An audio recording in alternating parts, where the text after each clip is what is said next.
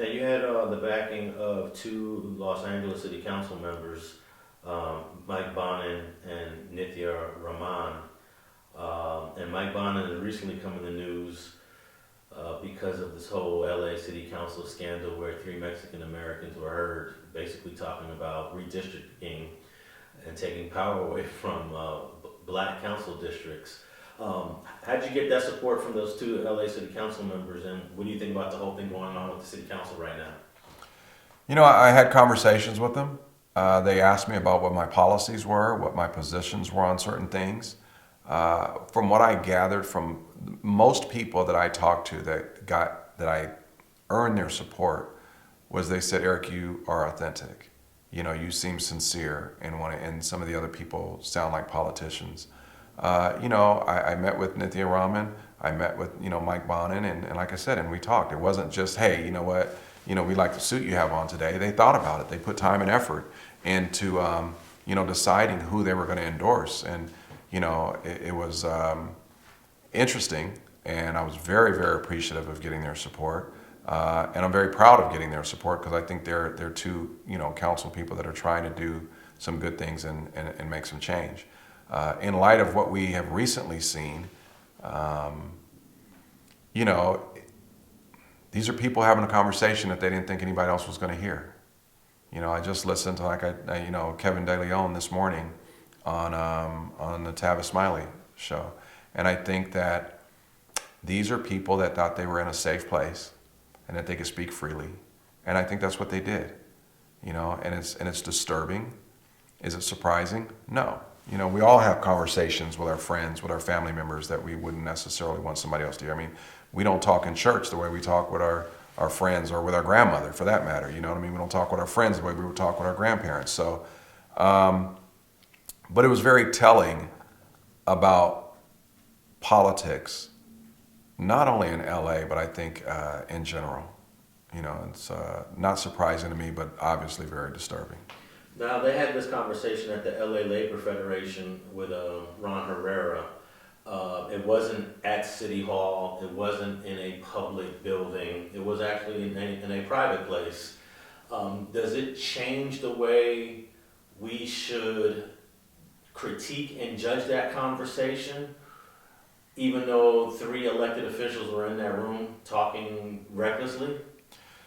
I would say this. If three elected officials were in that room talking about the Rams or the Raiders or anything else, maybe, like I said, we talk different, in private arenas than we do in public. But they were talking specifically about the politics of LA City. They were talking specifically about the redistricting and the balance of power and working together to get the person they wanted, or the things that they wanted, or the things that were going to support their policies in place. So no, I don't think we should really evaluate that any differently. They weren't talking about, something that had nothing to do with their positions. Now, I'm assuming that this Nuri Martinez stepping down is something that you would have called for if you were in you don't even have to be an elected official. You can call for it, being who you are as an experienced deputy and police officer from Compton. But what about the other two members who have not stepped down, Kevin De Leon and Gil Cedillo? What would your message be for them too? Gil Cedillo is already out. He's going to be replaced in December by Eunices. And so Kevin De Leon, I think he absolutely should step down. And I listened to his interview this morning, and he wants to find this place of atonement, is what his articulation is, for not stepping down. But you can do that and allow city government to move forward. You can do that by saving face and saying, look, I made a mistake. I don't understand why he won't step down. I don't know Kevin De Leon. I think I've shook his hand once or twice at different events. But from what I'm hearing from him is that he's not getting it. He's not understanding the impact of his actions or his participation. You ask me personally, I think he doesn't want to give up that over $200,000 a year salary. You know what I mean? What he hopes to accomplish, maybe he thinks that eventually this is just going to go away and die off. He's just got to ride it out. but I don't think he's really listening to the community. I think he's being selfish in his own, what do you want to call it? His own decision making. This is supporting only him. This is not, he keeps saying his district needs representation. This is not benefiting his district at all. Not at all. All right, so let's talk about these deputy gangs. Sheriff deputy gangs, they've been around for almost 50 years. I believe the Banditos go back to the East LA station in 1970. But they have been receiving a lot of attention under Villanueva. You've obviously heard of these groups, organizations, cliques, gangs. What do you think should be done with them, and what has Villanueva done thus far? So I've actually investigated at Internal Affairs, a deputy gang clique. So number one is what should be done with them is they have to be acknowledged. They have to be brought to the light, and they have to be said, hey, you exist. We have, like you said, 50 years of documentation. Now, granted, no deputy sheriff wants to hear, you know what I mean? And they don't want their profession to be associated with deputy gangs. That's not what we want. But it is. And you have a small group of people that are just casting a huge shadow on the entire department, along with other things. I'm not saying that's the only thing, but that, like you said, that's what we hear in the news a lot. So in order to deal with it, you have to acknowledge it first. And then you have to create policies with teeth. Here's the thing. Alex keeps talking about he's the only sheriff that created a policy against deputy gangs. But how are you creating a policy against something that you say don't exist? You know what I mean? So obviously you created a policy to basically say that you created a policy, but you're not doing anything with that policy because you're basically saying they don't exist. There's information out there. There are investigations. There are depositions. There's information out there where you can identify some of these people. And are there legislative protections? Yes. But are there things that you can do in the department to make it very uncomfortable for them to operate? Especially, with impunity? Absolutely. You can move them. You can take them out of the communities where they're violating the public's trust. I've always said, whereas maybe I may not be able to fire them because, again, there's legislative protections. They can go count batteries. You know what I mean? They can go count, flashlights and be in logistics where they're not in contact with the public. I do believe that you need to send a very, very strong message. This has been talked about. Deputies don't need an additional warning to say, hey, you know what, we're going to give you one last chance. They know what's in the news. They know what's been talked about. It's been talked about for decades. And if they violate the public's trust, if they break the law, if they assault other deputy sheriffs, why wouldn't we believe that they're going to assault the public? You just need to take a firm, hard stance on it. And you need to just shut it down and just say, look, you can't be here. Now, a lot of people argue that a drive it underground. It might. But guess what? You're taking a stance, very public and very loud. To go to the question about what Alex has done, nothing. He claims that he's done all these things. He hasn't done anything. We're still talking about it. The people that he's transferred, that he claims to have transferred, we had his own command staff come out and say, he did not transfer these people because of Kennedy Hall. These were part of normal transfers. He claims that, he's fired these people. You didn't fire them for being in a deputy gang. You may have fired them for some sort of misconduct. But you cannot sit up there and say, I'm holding them accountable, and then go in front of the media, in front of the public, and say they don't exist. That is the message on the inside. And when you say that in the public, what does that tell the inside, the people that are participating in it? Hey, he's got our back. Now, when Paul Tanaka was on trial, his allegations that he was actually linked to a deputy gang when he was a deputy years ago had came out. Apparently, he was a member of the Vikings, and I think there was some sidebars between the attorneys and the judge where they didn't want this to come in. They were arguing whether it was relevant or not, but regardless, his link to the Vikings was pretty much made public. Were you aware that Paul Tanaka had ties to one of these cliques that go back to the 70s or 80s? Again, you got to remember, I didn't come up initially through the sheriff's department, but once you get on, you start hearing things, and you hear things in the media, you hear things in depositions and lawsuits. So it's not like as soon as I came on the department, people, hey, Paul Tanaka was a Viking. No, it wasn't like that. But as you see him promoting through the ranks, and as articles come up and different things, so it became kind of common knowledge. Now, recently you testified at I guess it was a community oversight, civilian oversight mm-hmm. regarding these deputy gangs. What was your main message during that testimony?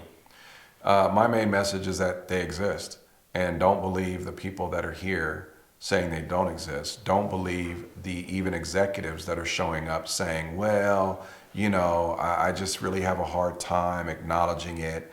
And don't believe these executives saying, oh, I was duped by the sheriff. I mean, these executives bought off into his message. They intentionally and purposely moved his agenda and his message forward. And the reality of it is that nothing's going to change. Nothing's going to happen with deputy gangs as long as Alex Villanueva is in office. That's number one. Number two, as long as we have the executive promotional process, which we have, which is a lack of a promotional process. In order to get into the executive ranks, it's a tap on the shoulder. There is no merit-based, outside, legitimate, grievable process. So what that means is that sheriff can say, hey, listen, Alex, I'm going to promote you. And if you want this promotion, you got to do what I tell you when I tell you. You got to deliver my message where I tell you and how I tell you. And if you do that, I'm going to give you this path to better living.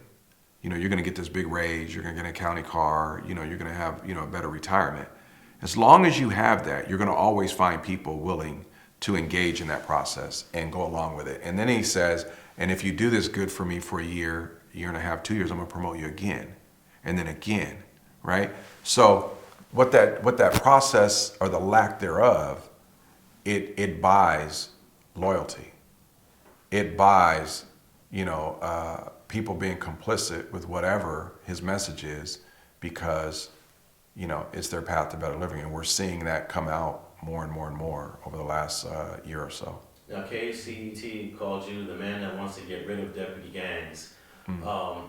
If you were to become sheriff, could you really pull that off in one term? And if so, how long would it take, and what actions could you specifically do to really just, because we're not talking about just deputies at patrol, but we're talking about the LA County Jail that allegedly has like 3 or 4 different cliques, and of course deputies at patrol, different stations, Century, Linwood.